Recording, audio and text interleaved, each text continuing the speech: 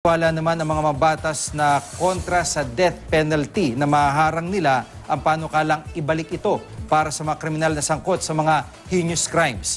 Ayon kay Albay Congressman Ed Salagman, ay kaya nilang magharap ng 50 interpellators kapag pinagdebatehan ang naturang panukala sa plenaryo.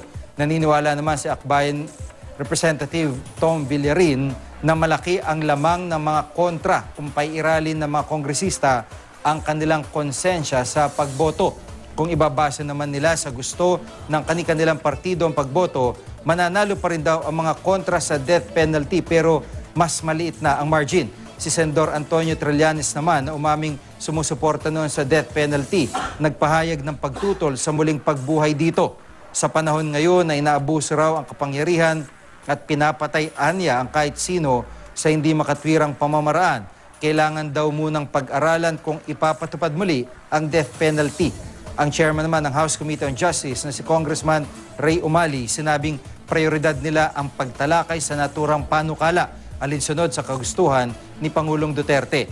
Sa isa naman text message na ipinadala ni Presidential Spokesperson Ernesto Abella, hahayaan na raw ng palasyo ang mga mababatas na umaksyon kaugnay ng naturang panukala.